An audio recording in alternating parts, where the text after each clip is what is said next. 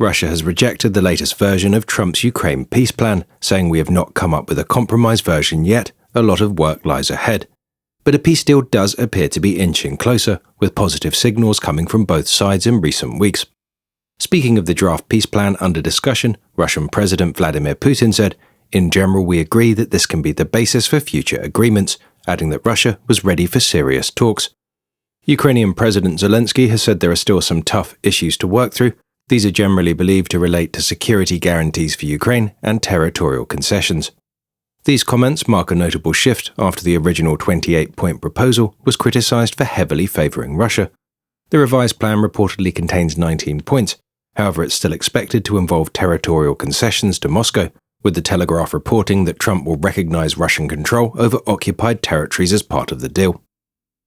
Japan shows no sign of backing down in its escalating standoff with China, moving forward with plans to station surface-to-air missiles across its southern island chain, just some 110 kilometers from Taiwan.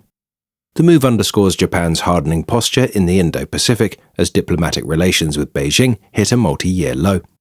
This was triggered by remarks from Japan's Prime Minister suggesting Tokyo could intervene if US forces were attacked during a Chinese assault on Taiwan.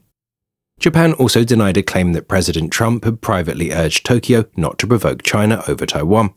Japan's chief cabinet secretary said, "The article you mentioned contains a statement that President Trump advised not to provoke the Chinese government over Taiwan's sovereignty issues, but there is no such fact."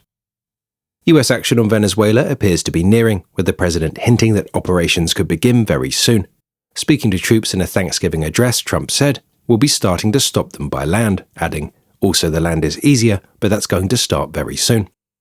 This follows last week's news that the president approved CIA covert operations in Venezuela and designated the Maduro government a foreign terrorist organization. Trump also told airlines to consider the airspace above and surrounding Venezuela to be closed in its entirety. It remains unclear whether Trump's threats represent leverage or genuine intent, but with 15,000 US personnel in the region, the Ford Carrier Strike Group, over a dozen warships, and roughly 80 aircraft, the scale of the deployment suggests Washington is preparing to move beyond threats.